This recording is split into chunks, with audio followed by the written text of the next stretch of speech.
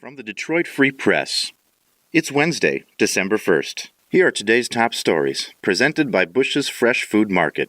Calling all foodies, Bush's is hiring. Are you passionate about food?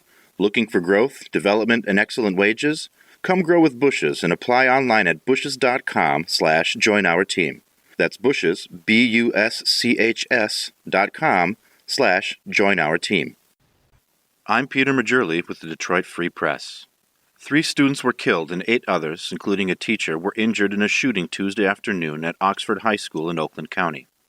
A 15-year-old male suspect, who was a sophomore at the school, was taken into custody at the scene. At 12:51 p.m., police dispatchers received the first of over 100 911 calls for an active shooter at Oxford High School. Undersheriff Michael McCabe said during a news conference Tuesday afternoon that within 5 minutes of the call, Oakland County Sheriff's deputies had taken a suspect into custody. The teen's father had bought the gun 4 days before the shooting, according to police. Oxford High School students told reporters of a chaotic scene in which a voice came over the intercom to announce an active shooter, and they didn't know whether it was a drill. Then teachers rushed to lock and barricade doors and cover windows. The motive for the shooting remains unclear as the suspect isn't talking, police said. For more information on this developing story, visit freep.com.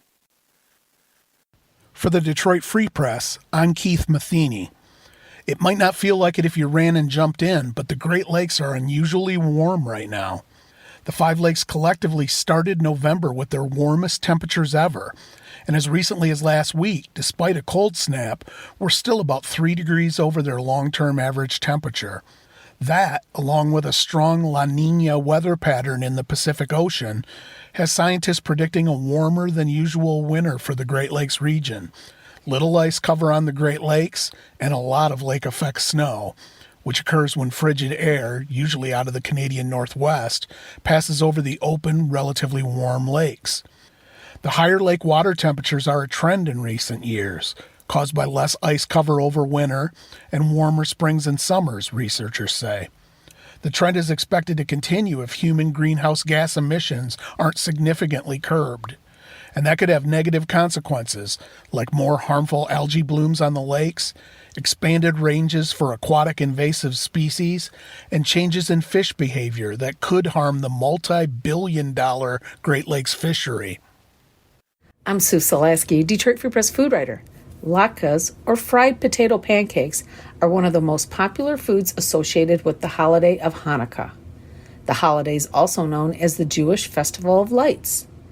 Hanukkah began last Sunday at sundown and will end 8 days later at sundown. Oil and foods cooked in oil are symbolic of the holiday. The oil commemorates the 1-day supply of oil that miraculously lasted 8 days when Maccabees rededicated the temple in Jerusalem. Basic latkes are made with grated or shredded potatoes and onions in a binder like flour, eggs, and seasoning. But you can also make them with other vegetables, including sweet potatoes, carrots, and zucchini. And the key to crisp latkes? Make sure you squeeze out as much moisture as you can from the shredded vegetables before mixing with the other ingredients. If you're not in the mood for making your own latkes, plenty of restaurants and delis in Metro Detroit offer them. Most places offer them individually or by the dozen. For a list of restaurants and delis, go to freep.com. I'm Andrew Hammond for the Free Press Sports Department. In the early morning hours of Tuesday, the Detroit Tigers checked off perhaps the top priority item on their off-season shopping list. They got a shortstop. Is it the shortstop most Tiger fans wanted? Well, perhaps not. Regardless, the Tigers signed 2-time All-Star and World Series champion Javier Baez to a 6-year deal worth $140 million. Last season, Baez hit .265 with 31 home runs and 87 runs batted in. The Tigers and Baez are against the clock, however. By midnight tonight, the Major League Baseball owners could potentially lock out the players in an ongoing labor dispute, which may, of course, put a delay on things. For more stories from the Detroit Free Press, be sure to check out freep.com. That's FREEP.com. If you're a fan and want to support our quality local journalism and subscribe, go to freep.com/special offer.